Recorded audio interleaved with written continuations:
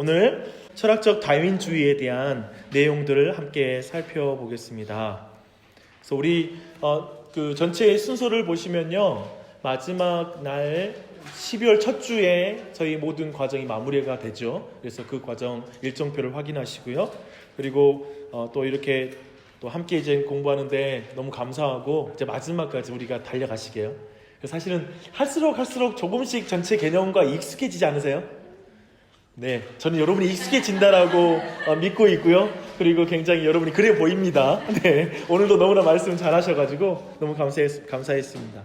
이제는 그 다윈주의라는 걸 지난주에 우리가 이것이 어떻게 전체 사상과 철학에 영향을 줬는지를 살펴보는데요. 오늘은 우리가 어디로 갈 거냐면 다윈주의가 미국으로 가서 뭘 만들어낸지를 살펴볼게요. 왜냐하면 미국이 왜 중요하냐면 미국이 사실은 세속주의와 실용주의 이런 모든 그 철학 가운데 헐리우드 문화라든지 모든 걸 통해서 지금 전 세계에 미국에 있는 사상들이 다 전파되고 있고, 우리나라도 사실은 10년 후 막 이렇게 따라하잖아요. 미국을 따라가고 있다고 표현하잖아요. 전체 생각과 사고방식은 그것을 따라가고 있기 때문에 영향을 받고 있기 때문에 지금 오늘 주제가 미국의 다윈주의가 가서 어떤 것을 꽃피웠냐라는 차원의 먼 이야기가 아니라 우리랑도 굉장히 관련이 있을 거예요. 아마 내용을 차근차근 살펴보면 그걸 느낄 수가 있을 거예요. 그래서 이제 다윈주의가 미국에 가서 만든 철학 학파가 있는데요. 그게 뭐냐면 철학적 실용주의예요. 근데 여러분들 미국 문화 들어보면 이 말 들어봤죠? 실용주의라는 말.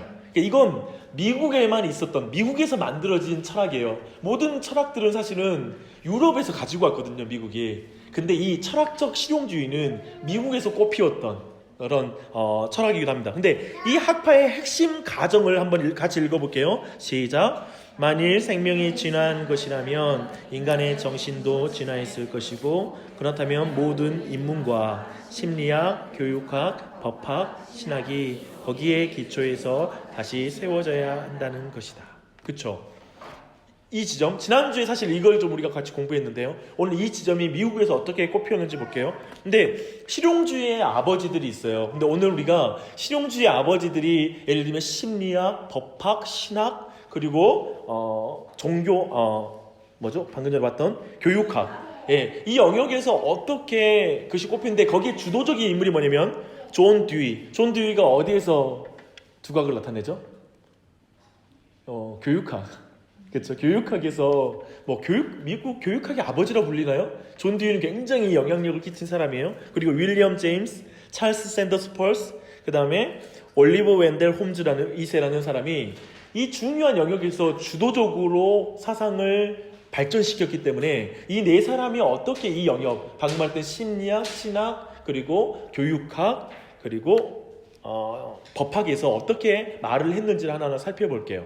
이 내용을 쭉 다루면요, 진화론이 근본적으로 진화론으로부터 출발되어 결국 모든 학문과 우리 삶에 있는 문화까지 하나하나 이 진화론을 기반으로 생각하는구나라는 걸 이해하게 돼요. 그리고 법학을 예로 들면 왜 그 동성연애 문제가 됐을 때 이제 대법원장들 그리고 후보들이 이렇게 청문회 할 때 동성애에 대한 입장을 물어볼 때 아직 국민 전체가 공감대를 이루지 않았기 때문에 이 부분을 헌법으로 옮기는 건 안 되는 것 같습니다 라고 표현하잖아요. 그 표현이 무슨 표현인지를 이해하게 될 거예요. 그게 진화론적 관점에서 나온 근본적으로 출발한 법적인 관점이에요. 그래서 그런 내용을 하나하나 어떻게 진행되는지를 살펴보도록 하겠습니다. 근데 이제 주요 신념 중에 하나, 이제 올리버 웬델 홈즈라는 사람의 인생의 여정을 이 책에서 쭉 설명해 주면서 이게 중요한 이 철학적 그 실용주의가 무슨 중요한 신념을 가지고 있는지를 이 책에서 설명해 주고 있어요. 사실은 여기 나오는 대부분의 사람들이 다 기독교 가정에, 독실한 가정에 자녀들로 다 처음에 출발해요. 근데 나중에 점점 거기에서 넘어져서 이제 철학적 어떤 자연주의적 진화론을 받아들인 이후부터 완전히 신앙을 버리고 철저하게 자연주의적 세계관 가운데 들어간 사람들이에요. 근데 이 올리버 웬델 홈즈라는 2세도 동일하게 그 사람 하버드 대학교에 들어갔을 때까지도 전통적인 종교, 그리고 그 당시에 기독교적 관점을 분명하게 견지하고 있던 사람이에요. 근데 문제는 뭐냐면 이제 변화가 어디서부터 나타나기 시작하냐면 남북전쟁 때 그가 남북전쟁에 참전하게 돼요. 근데 참정에서 참화 가운데 죽어가는 사람들, 그리고 막 손발이 잘려나간 사람들, 그 고통스러운 그 모습들을 바라보면서 근본적으로 자기의 신념을 검토해요. 특별히 이때 이 사람도 3번이나 부상을 당하고 이제 그 고통을 받게 되는데, 그 과정 속에 자신의 신념을 하는데 그가 한 가지 본 게 이거예요. 결국 도덕적인 신념, 그가 지금 참전한 이유는 노예제도를 반대하기 때문이라는 그 도덕적 신념 때문에 그 전쟁에 참여를 했는데, 결국에는 그 견고한 신념이 수많은 살인을 저지른다. 그리고 그것 때문에 인간이 고통을 받는다. 그렇잖아요. 종교전쟁, 뭐 예를 들면 장미전쟁, 모든 전쟁을 보면 할수록 다 그 고상한 신념이잖아요.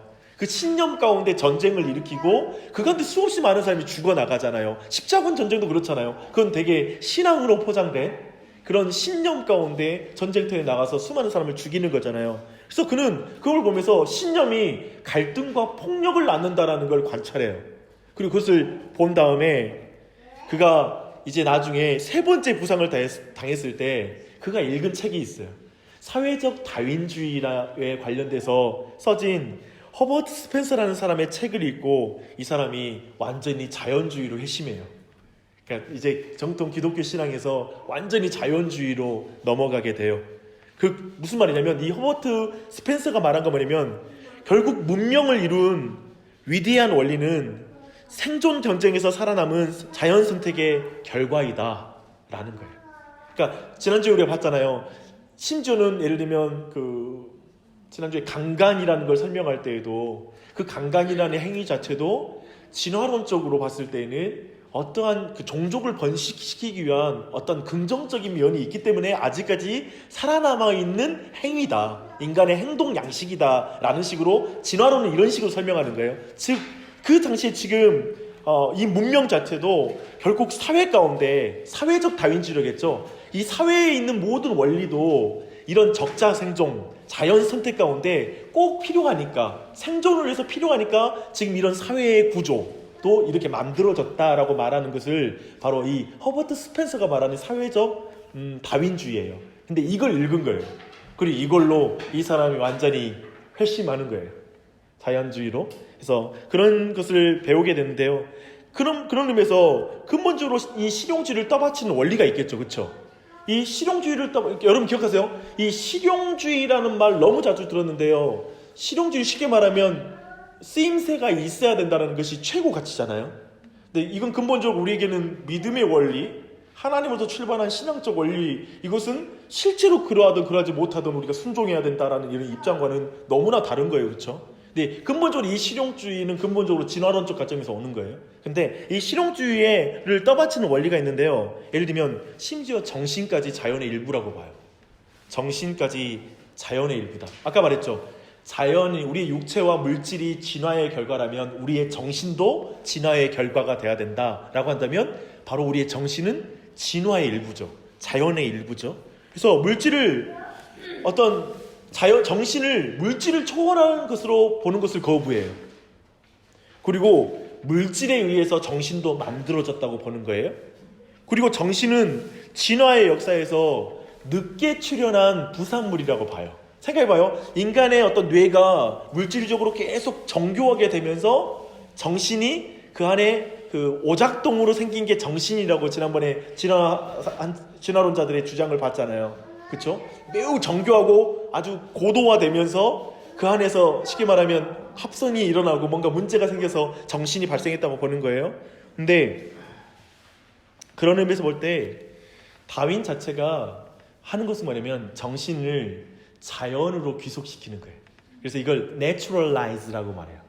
그러니까 자연으로 만들어버리는 거. 그래서 이것이 그 중요한 실용주의를 떠받치는 원리예요. 그래서 정신적 기능이란 환경 속에서의 적응에 불과하다. 아까 말했죠.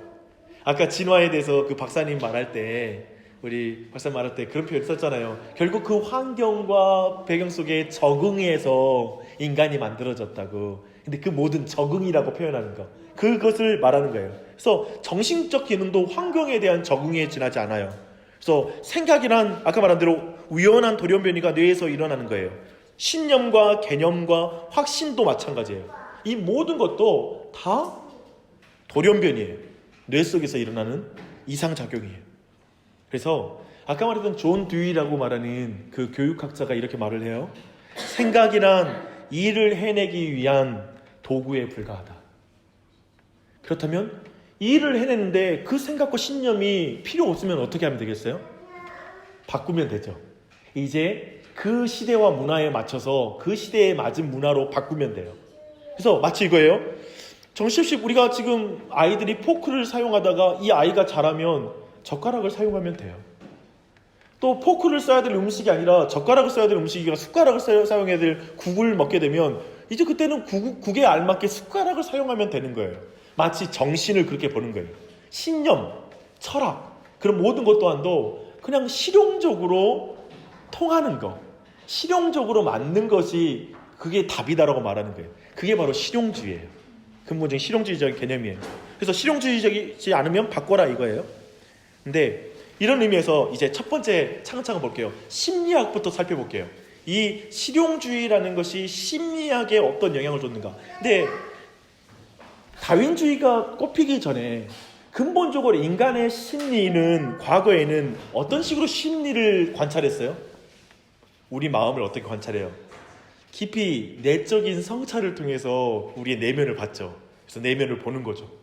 그렇죠? 때로는 이 내적 성찰을 위해서 뭘 하냐면 관상을 해요. 그러니까 몸은 최대한 움직이지 않고 조용한 곳에서 그저 내 내면의 심연을 쳐다보는 거. 이게 우리가 알고 있는 뭐 기도할 때도 그렇고 많은 것들에 있어서 자신의 내면을 관찰하는 방식이잖아요.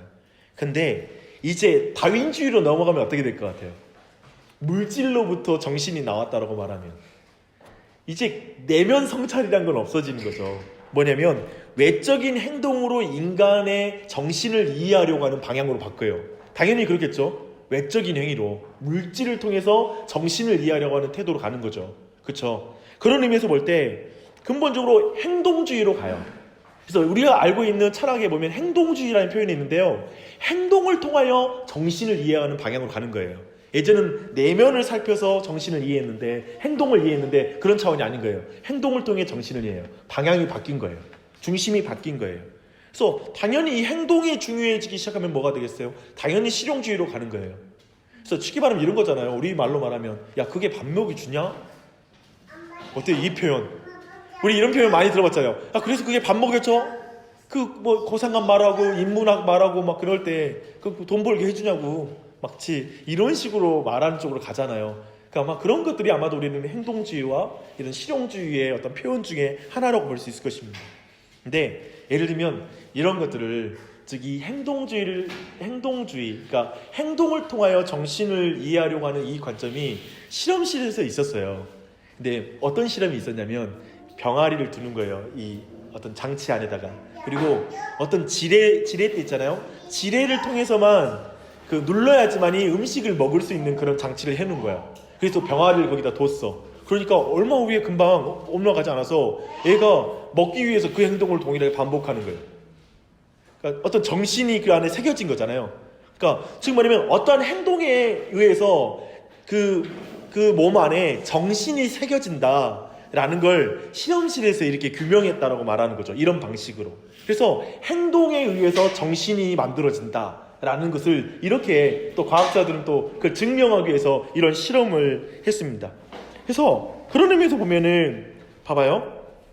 진리는 쉽게 말하면 그 병아리가 먹기 위해서 즉 보상을 받기 위해서 행동하듯이 행동이라는 패턴과 그리고 어떤 행동 양식이 정신에 새겨졌잖아요. 그것처럼 신념, 인간이 가진 신념도 결국 보상받기 위해서 하고 있는 행동이 정신에 새겨진 게 신념이 됐다. 이해되죠? 그리고 진리라는 것도 다 자기 먹고 살기 위해 자기 힘을 강화시키기 위해 진리라고 주장하는 그 모든 것도 결국 그렇게 자신의 권력과 자신에게 이익을 가지기 위해서 행동한 결과가 진리라는 말로 표현되는 것 뿐이다. 이렇게 해석이 되는 것이죠. 좀 여러분, 네. 그쵸? 이렇게 말하면 예를 들면 우리가 하나님 믿지 않고 진화론적 관점을 가지고 살면 맞아 그렇지 라고 이해하지 않겠어요. 내 말은 그걸 이해하는 게 중요하죠. 그래서 이런 거예요. 이 표현을 중요해요. 이렇게 좀 어려운 용어지만 이렇게 표현해요. 신념은 실제의 반영이 아니라 행동 규칙이다. 그러니까 신념은 실제를 말하는 게 아니야. 그리고 진리라는 것도 실제를 말하는 건 아니라는 거예요. 그저 행동 규칙, 바뀔 수 있는 문화에 따라 저 인종에 따라서 바뀔 수 있는 행동 양식에 지나지 않는다라고 한다면 진리는 모든 민족에게 통하는 진리는 없어. 그냥 너에게는 진리이지만 다른 사람에게 진리가 아닐 수 있지? 라는 이 진리 개념이 형성이 되는 거죠. 이런 철학 개념이 형성이 자연스럽게 진화론은 이런 개념을 형성할 수밖에 없는 거지. 그쵸? 이렇게 보는 거예요. 그래서 참되다고 말하는 것은 어떤 행동을 하면 어떤 결과를 예측하는 것에 불과하다. 우리는 참되다라는 행동이 있잖아요. 쉽게 말하면 그렇게 행동하면 최고의 결과를 얻는다라는 걸 아는 행동의 결과일 뿐이라는 거예요. 그렇지 그 참되다라는 것 자체가 어디 있냐 이거예요. 결국 자연 선택과 이 진화론에서는 다 자기의 생존과 유익을 위해서 한 행동에 지나지 않는다라는 개념에서 아까 처음에 그 박사님이 말했던 결국 목회자들이 말하는 그 말들은 자기 권력을 강화시키기 위해서 그렇게 말한 거지 그 자체가 진리가 아니다. 진리는 여러분 각자가 찾아가는 거다. 그 목사님이 말한 것은 자기 권력 강화를 위한 진화론적 행동에 지나지 않는 어떤 행동이 지나지 않는다라고 해석이 되는 거죠. 이해되죠? 정확히 그 말이 어떻게 되는지 해석이 되죠? 이 세계관 안에서 지금 이 모든 걸 보는 거예요. 그럴 때 이 부분을 이렇게 해석하는 거죠. 그렇다면 이것을 성경적인 사고하고 한번 비교해 볼게요. 하나님은 뭐죠? 우리의 이성과 우리의 모든 정신을 참된 지식을 얻도록 설계했다는 게 성경의 지지예요. 즉 하나님의 진리를 깨닫고 하나님을 알아가기 위해서 우리의 정신을 주셨고 매우 특별한 속성이 우리에게 있는 거지. 아까 그 박사님은 인간에게 특별한 속성이 없다. 고지능과 저지능을 뭘로 찾냐 그런 따위는 없다. 그래 그걸 나누는 건 인간적인 기준일 뿐이지 인간이 최고의 지능이라고 말하는 그것도 어불성설이다 라고 말했는데 성경은 인간을 매우 특별하게 지었고 그 특별하다는 특징은 뭐냐면 어쩌면 이 부분을 맞을 수 있어요. 어떤 그 인간에게 언어 능력이 있다 사회성이 있다 이런 게 인간의 근본적 특징이 아니라 하나님을 알 수 있도록 설계되었다. 하나님을 아는 지식을 얻을 수 있게 이렇게 특별하게 인간이 지어졌어요. 그런데 지금 이 진화론에서 말하는 이 실용주의에 의한 심리학은 뭐냐면 자연이 맹목적이고 방향 없는 자연적 힘들이 정신을 만들어냈다. 아까 말했잖아요. 맹목적이고 방향이 없는 그 어떤 힘들이 정신을 만들어냈다. 이렇게 말하고 있는 거예요. 네. 시편에 보면 모든 기식하는 것, 호흡하는 모든 자가 찬양한다 그랬잖아요. 그러면은 그 산물들이 인간 이외에 하나님 만드신 창조물들도 하나님을 알고 그분을 찬양할 수 있는 속성이 있지 않을까요? 모든 호흡하는 자마다 여호와를 찬양한다 그랬잖아요. 그거 인간만 지칭하는 걸까요? 근데 그 부분에 있어서 성경의 것들이 예를 들면 모든 피조물들이 하나님과 교제하고 하나님을 찬양한다라는 그 개념들은 조금 더 인간의 독특성의 측면하고 약간 구분돼서 설명하는 것 같아요. 그러니까 그게 아니라 복종적인 만물은 하나님께 순종할 수밖에 없는 선택적인 거는 자유가 없고 그렇죠. 저는 이 말씀을 거의 그 모든 이 인간의 모든 자연은 그냥 창조된 걸로 저는 이제 받아들이시다 보니까 갑자기 시편 말씀이 딱 떠오르면서 모든 호흡하는 자마다 하나님을 찬양할지. 그러니까 확실한 건 그 모든 피조물에게 지적 존재이기 때문에 그들도 지적 존재로서 하나님을 찬양한다라는 그런 개념은 아니고, 그러니까 모든 피조물이 마땅히 하나님의 창조물로서 하나님을 경배하는 그것으로서 같이 그리고 그런 목적으로 지어졌다는 것은 맞는 말이죠. 모든 피조물이 하나님을 예배하도록 지어졌다라고 말하는 것은 정확한 표현이라고 생각합니다. 시편에서 말하는 강조점이라고. 네. 갑자기 제가 좀 헷갈려가지고. 오케이. 네, 좋은 말씀이었어요. 네, 이제 더 생각을 조금 더 이어간다면 아까 말한 대로 자연이 맹목적이고 그리고 방향 없는 자연의 힘들이 정신을 만들어냈다면 결국 이런 결론밖에 안 나와요. 우리의 생각이 실제를 반영하는 여부를 묻는 것은 무의미하다는 거예요. 그러니까 자연에서 맹목적으로 우리의 정신이 지어졌다면 우리의 정신이 실제를 반영하고 있는지 물어보는 건 의미가 없어요. 그저 참된 것과 옳은 것은 편리한 것이 되는 거예요. 실용적인 게 진리가 되는 거예요. 이해되죠? 실용주의의 뿌리는 여기 있는 거예요. 근본적으로 인간의 정신은 맹목적으로 만들어졌기 때문에 거기에서 참되다 거짓되다 말할 건 없고 그저 이것이 실용적이냐 그렇지 않느냐. 실용적인 게 진리다. 그리고 그게 사실 모든 인간이 취하는 행동이다. 그리고 다들 그게 옳다고 말하기도 하고 그것이 선이라고 말하면서 기득권을 강화시키기 위해서 고위직에 있는 사람들은 그런 식으로 사용했고 그 용어를 사용했고 했을 뿐이다. 이렇게 설명하는 거예요. 이제 전체가 좀 연결되죠? 쭉 연결되시죠? 이런 개념으로 심리학에 있어서 이렇게 차이점을 보여주고 있어요. 실용주의 심리학은 이렇게 보여주고 있고요. 두 번째 이제 볼 거 뭐냐면 실용주의가 종교에 어떤 영향을 줬는가요. 그러면 거기에 첫 번째 줄을 한번 같이 읽어보겠습니다. 윌리엄 제임스가 이제 이 부분에 대한 주도적인 내용을 말했어요. 한번 읽어볼게요. 만일 하나님 가설이 가장 넓은 의미에서 만족스럽게 작동한다면 이는 참된 것이다. 이 부분 여러분한테 글이 없죠. 이렇게 말해요. 그 윌리엄 제임스가 만일 하나님 가설이 가장 넓은 의미에서 만족스럽게 작동된다면 이는 참된 것이다. 심지어 종교에서도 기독교가 넓은 의미에서 당신에게 진짜 만족을 주고 기쁨을 준다면 그게 참된 것이다. 아까 말했잖아요. 참된 것은 실용적인 거잖아요. 그래서 종교도 내게 만족을 주는 것이라면 그게 가장 실용적인 거라는 거예요. 그런 의미에서 본다면 뭐 종교 생각한다면 보편적 종교가 존재할까요? 보편적 종교는 존재하지 않아요. 뭐냐면 기독교가 모든 민족에게 구원을 이뤄야 될 선교를 해야 될 이유는 없어요. 왜냐하면 모든 민족마다 자기들이 추구해 나가고 행복을 느끼는 종교가 있는데 왜 거기 가서 전도하냐. 일단 기독교인들 너무나 보기 싫다. 그러니까 그 배경이 이거예요. 모든 종교마다 그 종교에서 만족을 느끼고 있는데 그게 진리인데 왜 그걸 바꾸려고 하느냐라고 그건 제국주의다라는 표현을 할 수 있는 것이죠.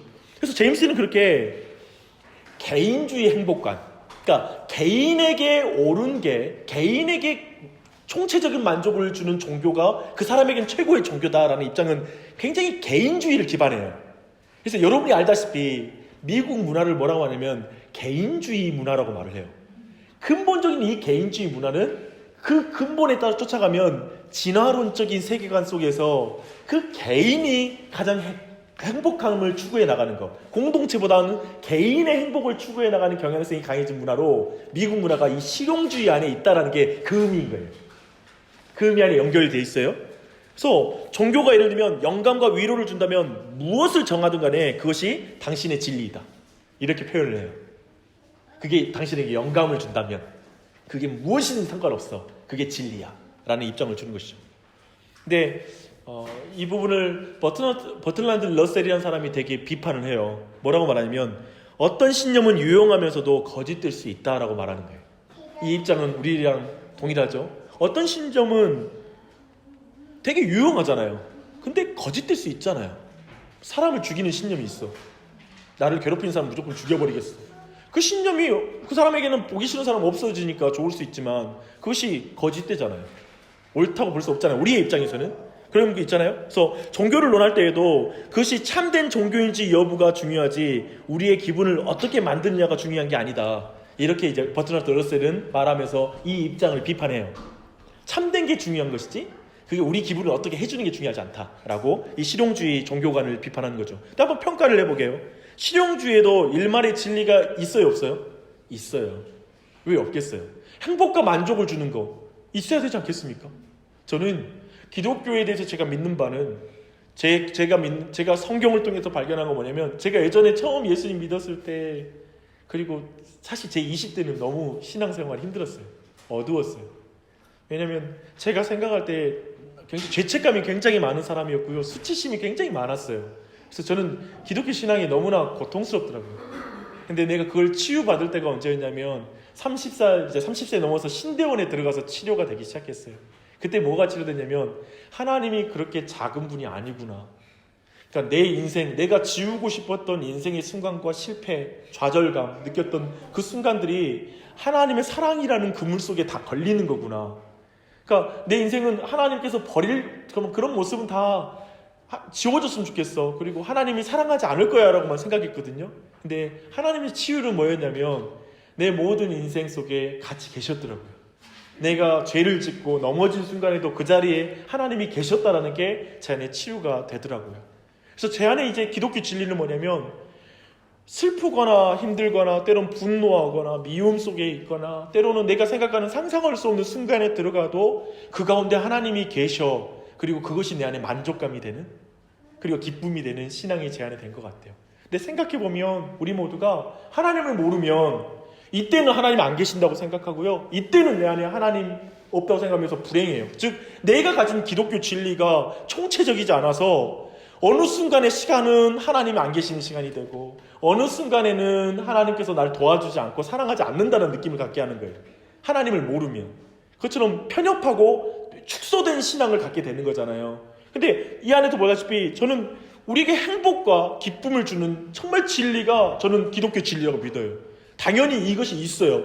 하지만 중요한 게 뭐냐면 그 실제 한 가지 측면만 붙들고 하나의 그냥 그 실용주의라는 것으로 그냥 모든 걸 말하려고 하는 거. 행복하지 않으면 진리가 아니야. 행복해야 되는 게 맞긴 하는데 행복하지 않으면 진리가 아니야. 이런 식의 입장은 지나친 거죠. 그렇죠? 우리 신앙생활을 봐요. 여러분 어떠세요? 여러분이 원하는 대로 돼서 행복하세요? 기독교 신앙이 여러분에게 받아들여지세요? 아니거든요. 실용적이기 때문에 기독교 진리가 때로는 세상에서는 너무 실용적이지 않아. 그렇게 했다가는 죽을 것 같아. 너무 고통스러워. 성경은 도리어 좁은 길이 있다고 그래. 너가 그곳에서는 이 땅에서는 보상 못 받는다고 그래. 마지막 날에 내가 보상해 줄게라고 말을 해. 그쵸? 그렇게 입장이 본다면 너무나 다른 어떤 이 실용주의적인 이 종교관에 대해서 우리가 충분히 비판할 수 있겠죠. 근데 제가 보고 싶은 거냐면 실용주의 종교관은 근본적으로 우리의 DNA에 새겨져 있는 종교관이에요. 이해되세요? 기독교인에게도 새겨져 있는 DNA예요. 뭐냐면 나한테 좋아야 돼. 내게 유익해야 돼. 지금 막 통해야 돼. 그건 근본적으로 우리의 본성에 있는 거예요. 그런 의미에서 볼 때 정말 우리 안에 다시 신앙을 돌아보고 실용주의적 종교관까지도 있지 않는지 돌아보고 더 우리 안에 바른 진리 안에 사실 기독교인은 내가 볼 때는 실용적이에요. 마지막 날에 주님께 다 보상받아. 엄청 실용적이에요. 그래서 지금 행하는 작은 선행 내가 아무도 모르게 행하는 선행까지도 다 보상받아. 굉장히 실용적이야. 굉장히 실용적이야. 그렇죠? 근데 이것들을 우리 안에 믿고 나아가는 게 참 중요한 것 같아요. 네, 그렇게 보고요. 그리고 그러면 제가 실용주의의 과제 부분 해놨는데요. 실용주의가 너무 풀고 싶었던 그 꿈이 있다는 걸 제가 해놨는데 그 표는 그냥 여러분 보세요. 그냥 나중에 보시되 책 읽으면서 정리하시면 좋겠고요. 너무 어려워요. 굉장히 어려워요. 근데 한 가지만 기억할 게 뭐냐면 실용주의는 그러니까 지난번에 우리가 늘 말했던 하층부, 물질 여기는 과학의 영역이고 상층부, 이 정신 영역은 이것은 어떤 상부의 영역이다. 그리고 심리학, 종교도 이 영역이다 해서 둘을 분리시키잖아요. 이 둘의 분리를 합치려고 하는 노력을 해요. 왜냐면 세계관이라면 이 전체를 설명해야 되잖아요. 근데 진화론을 딱 말하면 순식간에 정신도 들어가면 너무 기괴한 해석을 많이 하잖아요. 그래서 이걸 어떻게든 연결시켜서 모든 문제를 설명하고 싶은 거예요. 아까 말했던 법학, 심리학 막 이런 모든 영역에서 이 둘을 연결시키고 싶은 거예요. 그럴듯하게. 근데 아까 말했잖아요. 그게 좀 그럴듯하지 않았어요? 그 권력을 취득하기 위해서 자기 생존을 위해서 어떤 참되다 그리고 진리다라는 걸 사람들에게 가르치는 거. 예를 들면 이걸 어디서 볼 수 있을 것 같아요? 삼강오륜. 생각해보면 제자백가 시대의 모든 철학, 법학파와 그리고 유가, 공자의 파, 여러 파들이 있었잖아요. 생각해보면 모든 사상은 권력을 강화시키는 그것을 위해서 사용되거든요. 그래서 삼강오륜을 통해서 가르치는 건 뭐냐면 부모를 잘 섬기듯이 왕에게 순복하고 복종하는 게 그게 인간의 도리야 라는 걸 가르치잖아요. 예를 들면 이걸 그대로 가져와서 설명하면 우리 중에 설득 안 당하겠어요? 맞아. 헤게모니를 위하여서 모든 어떤 진리, 삼강오륜이 진리라고 생각했는데 옛날 시대에는 최소한 이게 그런 개념이구나 라고 다들 이해하겠죠. 예를 들면 심리학에서도 이렇게 설명하는 노력이 있듯이 이제 우리가 볼 건 뭐냐면 이게 미국 사회 안에서 어떻게 이 심리학이 첫 번째 하나님, 신학에서 어떻게 나타나는지 한번 살펴볼게요. 찰스 샌더스 포스가 이 부분을 말해요. 실용주의자들은 이렇게 말을 해요. 어떤 류의 하나님이기에 진화와 양립할 수 있는가? 뭐냐면 만약 신이 있다면 이 세계 안에서 그리고 이 세계와 더불어 진화하는 유한한 신이어야 한다. 이제 신을 진화시켜요. 이제 이 사람들 아까 말했던 거 있잖아요. 정확하게 아까 박사님이 가지고 있는 신관 속에 우리가 느꼈던 건 성경에 말하는 신관이 아니라 독특한 또 다른 신관이라는 인상을 받잖아요. 예를 들면 그 모든 신관에 있어서 그 모습이 뭐냐면 만약 신이 있다면 아마 이 세계 안에서 이 세계와 더불어 진화하는 유한한 신이어야 돼. 그 신은 어떤 전능하지도 않고 전지한 그런 신이 아니야. 그냥 역사의 흐름에서 세계와 함께 진화하는 신, 이런 신의 개념을 갖는 거예요. 그래서 이 개념이 또 이게 유행을 해요. 그리고 많은 사람들이 이런 개념을 받아들이기 시작해요. 그래서 이게 복음주의라고 말하는 우리 기독교 안에 이 신학이 들어와요. 이 관점의 일부가 들어와서 뭔 신학이 있냐면 과정신학이라는 게 있어요. 이걸 뭐라면 또 다른 영어로는 뭐라고 말도 하냐면 오픈 데이즘이라고 말해요. 즉 열린 신학, 열린 신관이라고 말하고 있어요. 왜냐면 과정신학 자체가 뭐냐면 진화의 맥락 안에 신이 들어와 있잖아요. 자연 안에. 그러니까 신도 계속 규정되어 있는 존재가 아니라 계속 신도 발전하고 있다는 거예요. 이게 열린 신학인 거예요. 열린 신관인 거예요. 이런 개념이 복음주의권 안에도 들어오는 거예요. 그리고 사람들에게 이게 받아들여지는 거예요. 이해돼요? 이제 여러분들은 너무 전통적인 교회가 있고 우리 교회도 굉장히 전통적인 교회라서 무슨 소리야, 저게 나랑 상관없는 이야기인데 하는데요. 제가 느끼는 건 뭐냐면 아까 그 진화론이 또 아까 박사님 통해서도 여러분 느끼다시피 유신 진화론이 한국 교회에 이렇게 들어올 줄은 몰랐어요. 그런 것처럼 과정신학은 이제 그 뒤를 든든히 배경을 받쳐주는 신관이 될 거예요. 왜냐하면 유신신관을 성경대로 안 믿는다면 내가 나름대로 신을 정의해야 될 거 아니에요. 그렇다면 그때는 그 오픈데이즘이 매우 유용하잖아요. 신은 진화와 함께 진화하고 있어. 이 세상과 함께 진화하고 있는 존재야. 이런 식의 개념을 그냥 받아들이는 거죠. 그리고 그렇게 나름대로 신앙생활하는 거예요. 이해되세요? 그거예요. 그 부분에서 이 열린 유신론이라는 부분, 이 부분 이해하는 게 중요합니다. 그렇다면 이제 신학에서 그 실용주의가 어떤 영향을 줬는지 살펴봤어요. 두 번째는 뭐냐면 이제 법학에 어떤 영향을 줬는지 볼게요. 법학에 아까 말했던 제가 동성연애 부분을 지적했는데요. 그게 왜 법관들이 이것은 좀 공감대를 나중에 우리 사회 전체의 공감대가 이루어졌을 때 입법화가 가능할 것 같습니다. 이런 식으로 표현하는지에 대한 이유를 설명해 드릴게요. 이제 법적 실용주의라는 게 있어요. 뭐냐면 철학적 실용주의를 법에 적용하는 거예요. 그래서 사회적 다인주의 개념을 철저히 받아들여져요. 무슨 말이냐면 법이란 서로 경쟁하는 집단들 간의 적자생존의 산물이다. 마치 지금도 법 만들잖아요. 여야가 법을 제정할 때 치열하게 싸우잖아요. 자신들의 이익을 위해 치열하게 싸우다가 하나의 법을 만들잖아요. 그게 마치 적자생존의 그 산물처럼 보이지 않아요? 그러니까 하나의 법을 만들어서 여당은 자기 법을 만들어서 국민의 여론을 사서 계속 정권을 연장하려고 하는, 즉 생존하려고 하기 위해서 법을 계속 만들어야 되잖아요. 전체 대중에게 어떤 와닿는 법을 만들잖아요. 그 일을 한다라는 거야. 법이란 건 그런 거라는 거야. 법은 쉽게 말하면 어떻게 규정되어 있거나 법이라는 것이 어떤 정해져 있는 절대 진리의 개념이 법이 아니라 이건 결국 이 사회 안에 진화적인 결과로 인하여 이런 적자 생존 관계 가운데 만들어진 게 법이다라고 말하는 것입니다. 그래서 아까 우리 올리버 웬델 홈즈 2세는 그 역사주의 학파라고 말하는데 이건 신경 쓸 필요 없고요.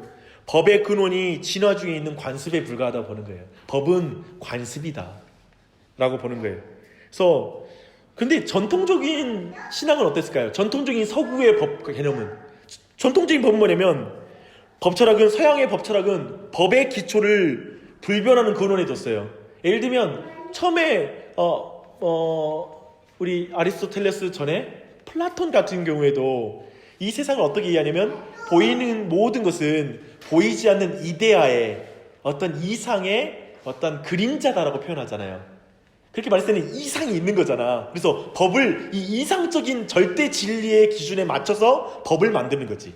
그런 개념을 세웠다라면, 그리고 우리 기독교는 당연히 하나님의 법, 하나님이라는 절대 진리의 기초에서 법이 만들어진다고 인식을 하잖아요. 그런 개념을 갖는다라면 이제 완전히 달리는 거예요. 그저 법은 문화와 전통의 산물이고 특정 시대와 문화와 깊은 상관관계를 가지고 있어 라고 생각하는 거예요. 그래서 법의 연구 목적이 달라져요. 어쩌면 법을 연구할 때 목표는 법 개념, 예전부터 내려오던 전통적인 법 개념을 수호하기 위해서 법의 역사를 연구하는 게 아니라 역사적 경로를 보면서 법이라는 게 절대 진리가 아니라 이렇게 시대와 문화에 따라서 이렇게 막 변하는구나 라는 거, 특정한 지역과 문화에 의해서 법이 만들어지는 산물이라는 걸 보기 위해서 법 역사 공부가 그렇게 이루어져요. 그래서 법을, 하나의 법 조문을 그 당시 시대 문화랑 연결시켜서 이해해서 의미적으로만 받아들이는 거, 이런 식으로 법 개념을 이해하는 거예요. 그래서 이제 판사들은, 지금 이제 판사들 들어갈게요. 좀 더 실용적, 우리 느끼게 좀 설명할게요. 지금 우리가 보고 있는 대법원 판사든지 이런 판사들은 과거로부터 해방되어 지금 가장 잘 적용될 수 있는 사회 정책을 반영하는 방향으로 법을 개정해야 된다고 확신해요. 이해되세요? 지금 대법원의 법관들은 절대 법이라는 게 없다라고 생각한다고요. 그러니까 남자와 여자의 결혼이라고 하는 그 결혼법이라는 것도, 이것도 절대적인 법이 아니라는 거야. 나중에 전체 국민들의 여론이, 그리고 사회적 인식과 문화가 동성 결혼을 받아들이고 동성 간에 이제 아이를 입양할 수 있는 법도 만들어져야 될 것이고, 동성간에 하면 아기를 못 낳으니까 그런 법도 만들어줄 수 있으려면 결국에는 이제 사회적인 문화가 그렇게 따라가기만 한다면 이제 그때가 되면 법을 바꿔줘야 된다고 생각하는 거예요. 왜냐하면 법은 진화의 산물이니까, 절대적인 법의 기준이 없으니까 그렇게 가야 된다고 인식한다는 거죠. 그걸 말하는 거예요. 그래서 법을 바꿀 수 있는 기준은 뭐예요? 사회적 효용이에요. 커먼 센스라고 말하는 공감대가 법을 바꿀 수 있는 기준이 되는 거예요. 그래서 법의 정당성은 정의와 같은 영원한 원칙을 대변하는가에 있지 않아요. 이제 그저 사회적 목적을 이루는데 유익하냐 유익하지 않냐라는 게 법을 바꾸는 기준이 되는 거예요. 근데 그걸 지금 말하는 거죠. 그래서 이런 말을 해요. 판사들은 법을 해석하는 게 아니라 법을 만든다. 결국 판사들이 그렇게 하고 있어요. 그래서 법정의 판결을 내릴 때 법이 말하는 것이 내용이 아니라 법정이 선호하는 사회적인 결과의 근거에 판결하는 거예요. 예를 들어볼까요? 예를 들면 낙태를 합법화시키는 거. 그 부분을 헨리 블랙먼이라는 판사가 그 판결을 역사적으로 보면 미국에도 낙태를 허락하는 법을 만드는데 그때 이런 표현을 써요. 인구 증가, 오염, 가난, 인종 등의 문제를 고려해서 낙태를 허용해야 된다 했을 때 인구 증가, 오염, 가난, 인종, 이 모든 건 사회적 공감대, 지금 사회적 현상을 통하여 법을 제정하는 거. 다시 법을 완전히 해석 차원이 아니야. 그 자체를 해석하는 게 아니라 사회적인 기준을 가져와서 이 법을 해석해버리는 거지. 이 법 자체가 중요하지 않은 거지. 이 법은 지금 사회에 의해서 해석될 수 있다는 거지. 이해되시죠? 그래서 이제 이런 기준이 변화가 일어나는 거예요. 그래서 이제 지금 우리가 막 양성평등 막 이런 법제화되는 걸 기독교인이 막 막아서고 있고 여러 가지 막 움직임이 있잖아요. 그리고 큰 흔들 안에 동성연애 인정하는 것들도 그렇고 수없이 많은 법에 대해서 반대 가운데 근본적으로 이 지점은 사회 공감대 싸움이에요. 사회적 인식, 전체 여론이 가면 그렇게 가는 거예요. 이해되시죠? 그런 지점에서 볼 때 이 부분을 좀 우리가 지혜롭게 어떻게 싸워야 될지를 생각하면 좋을 것 같아요. 근데 이 모든 실용주의 유산 저변에 뭐가 있다? 다윈주의 세계관이 있다. 방금 말했죠? 다윈주의 세계관이 있죠? 결국 법이라는 것도 적자 생존의 그 싸움 가운데 결과물이라는 그 진화론적 개념이 있는데 이걸 간파하고 이거와 싸워야 되는 거예요. 그러니까 이 부분 안 한다는 거지. 너무 기독교의 지금 사회적인 양성평등 싸움이라든지 동성애 문제라든지 이것들이 매우 표피적인 그것을 놓고 싸우는 싸움인데 그렇게 가면 오래 가지는 못할 것 같아요. 그런 지점 볼 필요가 있습니다. 그리고 나서 이제 우리 모두의 관심사예요. 존 듀이의 교육학 쪽으로 들어가 볼게요. 이 지점 들어가면 우리가 아이들 키우는 방식이 나와요. 그리고 이것이 지금 학교 교육에 어떤 영향을 주고 있는지가 다 나와요. 천천히 보게요. 사실 존 듀이도 기독교인이었어요. 그런 가정에서 자라요. 근데 서서히 자연주의로 넘어가요. 근데 이 사람이 교육의 방법론에서 가장 큰 영향을 준 교육학자거든요. 교육 방법론.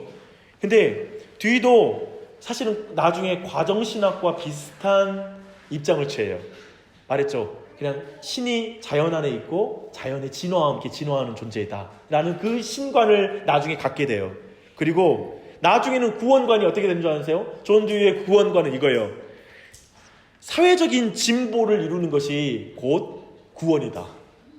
자, 이 사회를 건강하게 가난한 사람이 없는 사회, 이런 사회를 만들라고 억압과 또 궁핍함이 없는 사회를 만드는 게 곧 구원의 사역이다. 그래서 전도의 방법이 완전히 달라지는 거예요. 그런 구원관을 가져요. 그러다가 30대가 돼서는 완전히 자연주의 철학자가 돼요. 이제 그런 신에 대한 개념 자체가 다 사라져요. 이제 자연주의가 그의 종교가 돼요. 그래서 인간이란 과학적 탐구를 통해 환경을 통제하려는 생물학적 유기체에 불과하다라고 말을 해요. 그래서 완전히 자연주의 철학자가 되죠. 근데 그의 교육 철학이 이거예요. 원리가 이거예요. 정신도 생물학적 진화와 동일한 방식으로 진행되어야 된다. 아까 우리가 말했던 철학적 실용주의와 동일하죠. 그렇죠? 근데 이제 선생에 대한 개념이 달라져요. 이제 차근차근 교육학으로 넘어가 볼게요. 선생이란 가르치는 것이 아니라 촉진시키는 역할을 할 뿐인데, 학생들이 다양한 실용적 전략을 시도해서 자신에게 효과가 있는 방법을 찾도록 해주는 게 선생님이다. 왜냐면 아까 말했죠. 절대적 진리가 없기 때문에 선생은 뭐예요? 이것이 맞아, 이것이 바른 길이야, 이게 참돼 라는 걸 가르쳐준 게 우리가 생각하는 선생님이잖아요. 근데 그 참되다라는 것이 없어. 그저 그렇게 그런 진리라는 것은 그 선생님이 자기에게 옳다라는 걸 그 아이들에게 강요하면 안 되는 거예요. 그저 그냥 아이들에게 촉진자가 되면 돼. 아이들에게 사람들은 이걸 진리라고 말하고, 어떤 사람은 이걸 진리라고 말하고, 아시아에서는, 유럽에서는 이걸 진리라고 말을 해. 이 다양한 게 있는데 너희들이 하나하나 찾아가서 너희들에게 맞는 걸 찾으면 돼. 너희들에게 실용적인 게 바로 진리야. 참된 거야. 그래서 선생님이 이제 더 이상 아이들에게 가르친다라는 개념보단 많은 것들을 보여주는, 그래서 그걸 촉진해주는 사람, 아이들의 생각을 자극해서 스스로 자신에게 맞는 걸 찾도록 도와주는 사람, 그게 선생님이라고 규정하는 거예요. 심지어 이걸 부모의 역할이라고 보는 거예요. 그러니까 부모가 말하잖아. 심지어는 성적인 정체성을, 캐나다 같은 경우에는 아직 미성년자에게 아이의 성적 정체성을 가르치면 안 된다는 게 법이에요. 왜냐하면 지금 아직 성년이 돼서 자신의 정체성을 찾기 전에 부모가 그걸 규정해 주는 것은 그건 매우 압제라는 거예요. 부모로서의 자신의 역할 이상을 하는 거라는 거예요. 왜냐하면 아이도 자기 결정권이 있는 독립된 인격체인데, 아이의 권리가 있는데 그 아이에게 성적 정체성을 벌써 알려주는 것은 학교 차원에서도 이게 올바르지 않다는 거예요. 공교육에서는 해서는 안 되는 행위라는 거예요. 이해돼요? 또 부모로서도 그렇게 하면 안 된다는 거예요. 심지어는 예를 들면 아까 말한 대로 성적 정체성이라는 건 뭐예요? 진리예요? 진화론자들이 볼 때 그게 진리가 아니잖아. 사회와 문화와 진화론적인 결과 가운데 나오는 어떤 결과잖아요. 그래서 자신이 스스로를 남자다 여자다라고 규정할 필요가 없잖아요. 예를 들면 그런 개념에서는 그렇게 가르치면 안 된다는 거지. 그런 개념도 이 안에 스며 있어요. 근본적으로. 그래서 사실 이 개념이 미국에도 여러 사례가 있잖아요. 그래서 최근에 안에도 그런 영상을 보는 거 봤는데요. 어린 아이였을 때, 지금 유치원생들 때부터 이제 동성애 이런 것들이 법제화되어서 어렸을 때부터 이런 성 정체성을 가르쳐주지 않는, 그래서 그런 그 주와 다른 어떤 그 성적 정체성을 분명히 가르쳐준 주 안에 아이들에게 너는 그 동성연애자들의 프로포즈 고백을 보면서 거길 뭘 어떻게 느끼는지를 물어봤을 때, 이쪽 동성연애라는 이런 그것들을 자유롭게 자연주의적으로 가르치는 그런 주에서는 모든 아이들이 아름답다, 너무 그 모습이 아름답고 좋아 보인다, 그리고 정말 축복해주고 싶다라는 입장을 다 갖게 되는, 정말 한 명도 예외 없이 아이들이 그런 생각을 갖게 되는, 그런 입장을 갖게 되죠. 지금 근본적으로 그 출발이 존 듀이의 교육학적 방법 안에 있다는 거예요. 그런 출발점이 있다라는 걸 우리가 볼 수 있다는 거예요. 그래서 오늘날 교육 이론에 굉장히 굉장히 많은 영향을 끼쳐요. 우리 가운데 누구도 우리의 가치관이 다른 이들에게 옳다고 확신할 수 없다라고 말하는 거예요. 각 개인이 자율적인 결정자가 되어서 스스로 자기 나름의 가치를 결정해야 된다. 아까 우리 여 교수가 말했죠. 어떤 그 목사와 다른 사람이 한 말이 아니라 당신이 결정하라고. 정확하게 이 말 하는 거예요. 이 말을. 이게 존 듀이의 교육학의 개념이에요. 방법론이에요. 그리고 이 저변에 깔린 가정은 뭐죠? 철학적 자연주의예요. 표준은 없다. 그저 개인이 가치 있게 여기는 것이 진리다. 라는 게 이 진리관이에요. 이렇게 가는 것이죠. 근데 이걸 뭐라고 부르냐면 듀이의 탐구적 접근법이라고 불러요. 이게 탐구적이잖아요. 그렇죠? 탐구적 접근법으로 자신의 진리를 찾아가게 하는 거. 이 방식인데요. 그래서 이 접근법은 아이들에게 직접 자신에게 맞는 진리를 찾아가게 해라. 라는 게 이 탐구적 진리법이에요. 근데 첫 단계가 뭐냐면 이거예요. 우리가 가치 있게 여기는 것을 분명하게 하는 것인데요. 뭐냐면 아이들을 탐구적 접근법으로 나아가기는 첫 번째 단계는 뭐냐면 종교적 도덕적 도구마로 경험이 왜곡될 수 있으니까 모든 종교적이며 도덕적인 그 도구마 그 모든 걸 걷어내버리라는 거예요. 그래서 먼저 이전의 도덕적 도구마에서 우리의 생각과 정서를 해방시키는 거, 그게 필수적이라고 보는 거예요. 그래서 이때 사용하는 그 방식이 뭐냐면 어려운 도덕적 딜레마를 아이들에게 먼저 질문하고 가르치는 거예요. 그래서 이런 사례가 있었대요. 실제로 가장 친한 친구를 살해하는 계획을 세우라고 수업 시간에 아이들에게 이제 그 과제를 주는 거예요. 어떻게 했을까요? 그러니까 너에게 가장 친구를 살해할 계획을 세우라. 그러자 일부 학생들이 기겁하면서 나는 이 과제를 할 수 없겠다라고 말하는 아이들도 있는데, 그런데 그런 대답이 용납되지 않는 거예요. 선생님이 아니 해, 계획을 세워라고 말하는 거예요. 그래서 교사는 그들이 지금 자신이 그르다고 생각하는 행동을 의도적으로 그 생각으로 연습하게 만드는 거예요.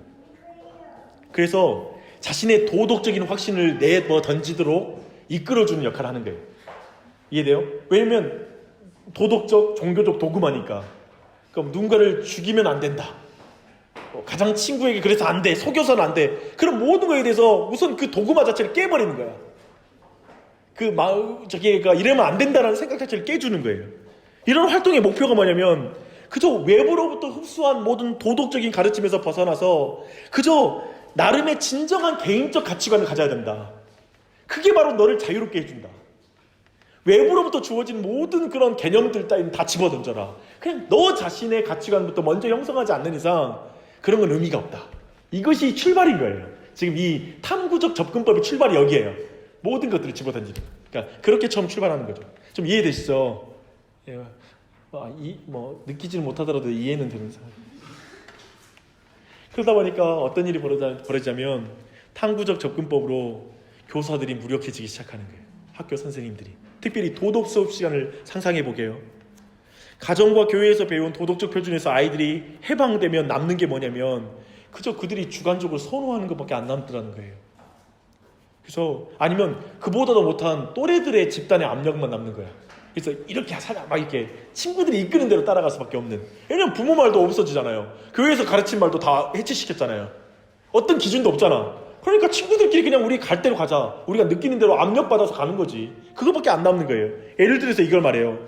한 교사가 동일하게 탐구적 이 접근법으로 아이들에게 가르친 거예요. 근데 나중에 학생들 전체가 내린 가치 있는 행동이라고 결론 내린 게 뭐였냐면 섹스, 마약, 음주, 결석이 그들에게는 가치 있는 일이 된 거예요. 그 수업 시간 안에 아이들이 그런 결론을 내려놓는 거예요. 그렇게 됐을 때 학생들의 가치관은 분명해졌죠. 그렇죠? 자기들이 원하는 게 뭔지는 분명해졌어요. 근데 그 방법론을 사용한 그 교사는 아이들에게 그 가치관이 틀렸다라는 걸 가르칠 근거가 없어진 거예요.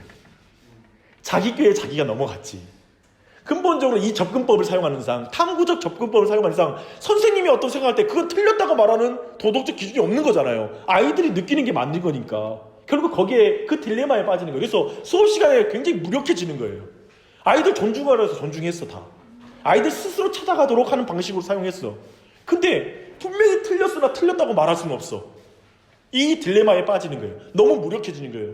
제가 볼 땐 어느 정도는 되게 이 무력해지는 지점들을 오늘날 이 문화적으로 부모도 느낄 것 같고요. 내가 볼 때 부모로서는 아이들에게 자꾸 그렇게 주다 보면 부모로서의 어떤 무력해지는 거 지점이 분명히 생길 거예요. 오늘날 도덕교육은 과거 위대한 도덕적 이상을 가르치는 것이 아니라 예전에 기억나세요? 우리는 공자 맹자 배웠거든요. 기억나세요? 공자 맹자 배우면서 그들의 사상 배웠거든요. 저희들이 도덕 수업 시간에 윤리 시간에 그거 배웠거든요. 근데 이제 학생들이 자기 나름의 주관적인 감정과 가치관을 탐구하도록 훈련하는 방식이 지금 교육론이에요. 지금 학교에서 지금 강해지는 교육론이 이 교육론이에요. 그래서 아이들에게 어떤 탐구력 그리고 자기 감정 살피기 여기에 집중하기 시작하는 거예요. 그렇게 본다면 교사들이 이제 가지고 있는 교육 방법의 첫 번째 모델은 이거죠. 학생들 스스로 자기 가치관을 개발하도록 격려한다. 정답이나 오답은 없어.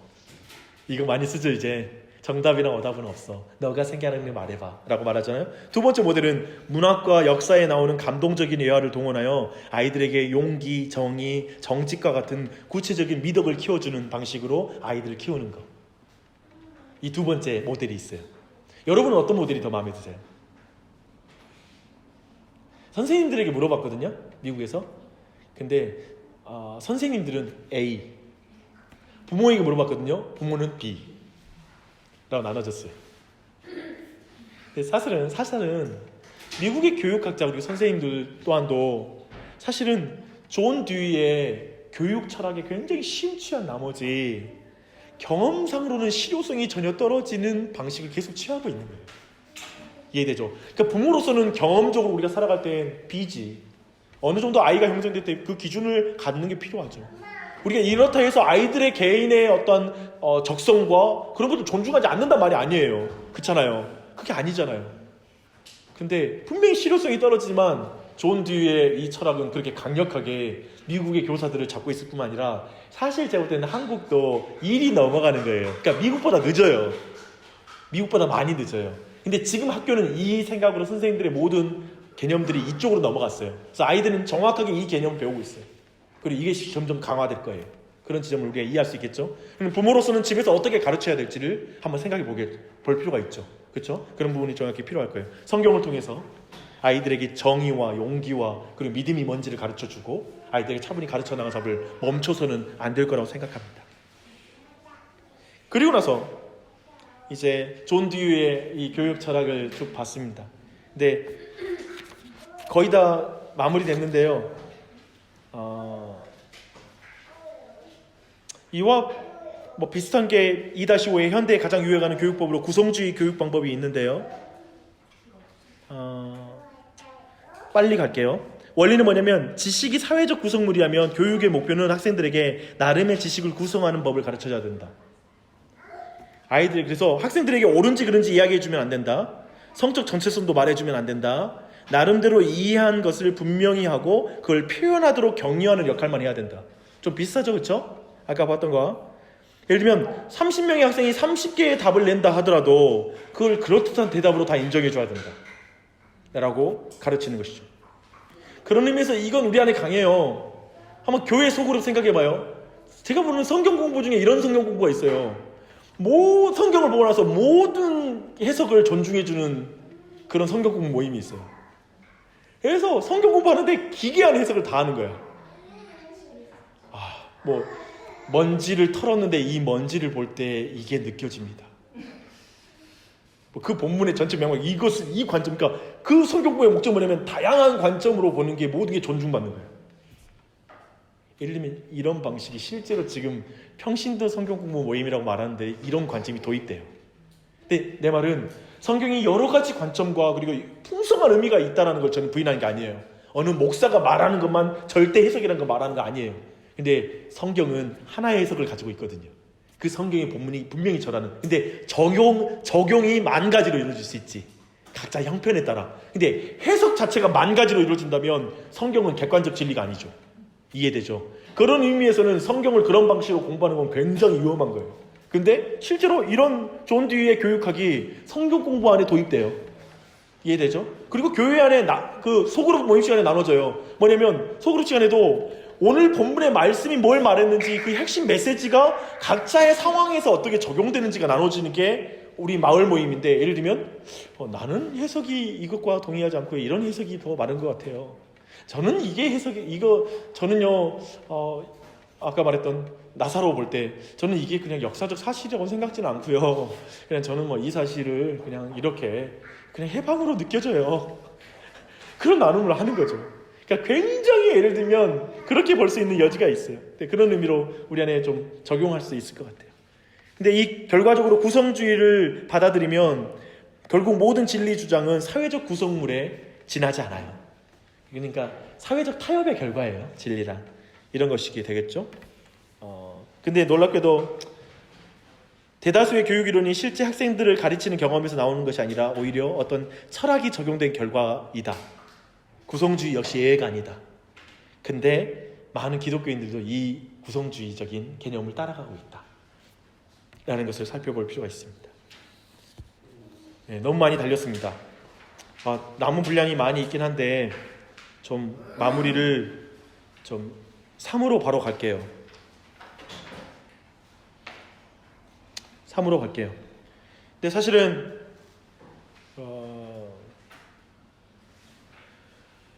사실은 다윈주의를 믿는다는 건 방금 본 것처럼 법학, 심리학, 그 다음에 신학, 그리고 이런 많은 영역까지 이렇게 영향을 깊이 미쳐요. 깊이 미치고 있어요. 그러기 때문에 근본적으로 이 다윈과 함께 우리는 믿음 생활을 하는 거예요.